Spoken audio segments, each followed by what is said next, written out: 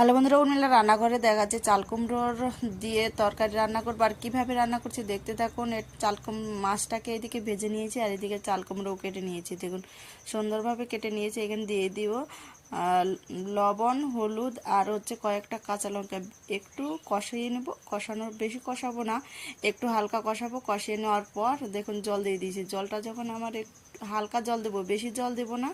এই দেখুন দিয়ে কিন্তু মাছটা দিয়ে আমি কিন্তু নামিয়ে ফেলবো। এখন আমি দিয়ে দিব ফোড়ন, তেল দিয়ে দিলাম।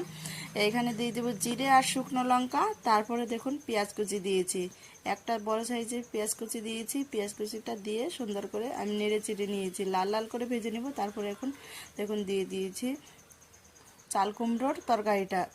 একটা এখানে দিয়ে দেবো ভাজা জিরা বাটা আর আদা বাটা দিয়েই নামিয়ে ফেলবো। ভিডিওটা ভালো লাগলে অবশ্যই সাবস্ক্রাইব, লাইক, কমেন্ট করে কিন্তু পাশে থাকবেন। এই দেখুন নামিয়ে ফেলছি। এইরকম রেসিপি কিন্তু ঝটপট করে